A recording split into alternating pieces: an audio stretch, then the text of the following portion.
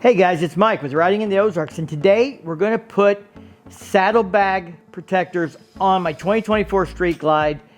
Some people might ask, why would you do that? Some people don't like the looks of them. I'll explain that in just a little bit. Let's get into the install, and I'll tell you when I'm done why I wanted these and why I didn't go with the new style protection bars, tip bars, flat out bars, whatever you want to call them. These are more the traditional, and I'll explain why I chose these and why I wanted a pair of these, and it may surprise you, maybe it won't. These came from TCMT, and you do replace the stock saddlebag arm that the bag rests on, so we gotta get that off. I've already got the bags off because I just got done installing the exhaust. Probably should have done this at the same time because this actually replaces the bar that the exhaust hangs off of. Let's get into the install. You'll need a 9/16 for this nut right here. This is the outer carrier. The other one I'll probably use the Torx bit for, so I don't have to try and get in behind the plastic here for the rear fender and the light assembly, except for with the wrench to hold it. I have a T47 and a 45. I tested the 47 just because sometimes people tend to use a 25 when it's a 27 or a 45 when it's a 47, but the 47 does not go in there good. So we're gonna use the 45. Now this barely clears. I'm essentially using the ratchet to hold the bolt and turning the nut, because if I don't, the bolt will back the ratchet into the rear light assembly and I won't have room. Well, that electric ratchet I wanted would sure be nice about now. I like to lay these bolts into my tray kind of in the position they come off of. All right guys, when you take this exhaust hanger out of the stock bag, there's a notch on it. You have to slide it a certain way. Just hit it with your hand, it'll pop right out. Not a big deal to move this from your old bar to your new bar. But I did want to point out that so you don't fight it, there's a little lip there, so it only comes out one way really, and popped right out for me. Let's hope it goes back in that easy. Now the kit comes with all new hardware. These are Allen. They are not Torx like the OEM. I'm not sure which one I'm going to use for the hangers. I can probably use either one of those. But this little small bolt is used to piece the bag bar together. This is a two-piece bar that comes together, and the connecting point is underneath the saddlebag here, so I'm sure that's what this little bolt is. Nothing else is going to fit through that hole in what they supplied. Now note, these do not come with instructions. That is one reason I'm doing this video, trying to figure this out for you guys. Hopefully if you buy these from TCMT and you need help installing them, this video will help you out. All right, right here's that joint I was talking about. It's near the front underneath. I've already put the bolt through so it kind of holds it. These have them nylon lock nuts, so no blue Loctite in this case. Normally I would.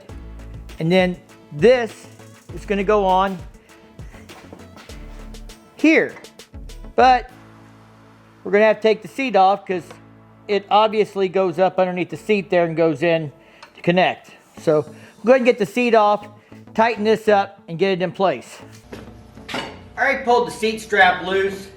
It's just a T27 right here on each side. I put the T27 back in because I don't want to lose it. But I don't know that I'll put this strap back on. I don't care for the looks.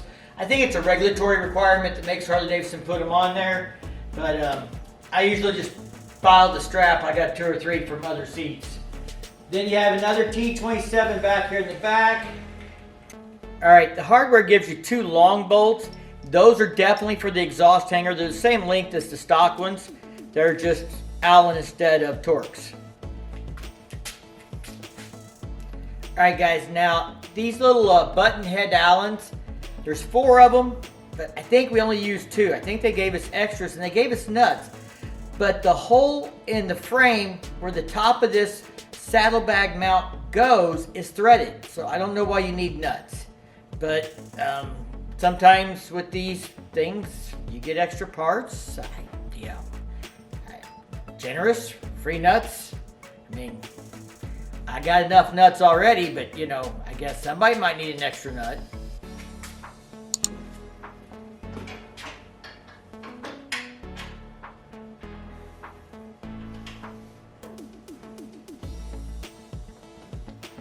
and you start hitting threads right away when you drop the bolt in there, so it doesn't need to be a long bolt. So I'm sure those are the right ones.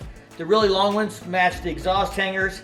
The others are not exactly the same size as the ones in the back, but they may be fine. But I'm going to use the original hardware for the rear section where it all mounts up the same and not use those bolts. I'm only going to use their bolts for piecing it together because this is two pieces. The spot in the middle I just showed you, and for the top mount. And the rest of them I'm going to use the original OEM hardware. Maybe put the saddlebag back on it, make sure it all lines up. Not that I don't have confidence, but this is a two-piece system. I want to make sure I didn't mess anything up and I've got it aligned correctly.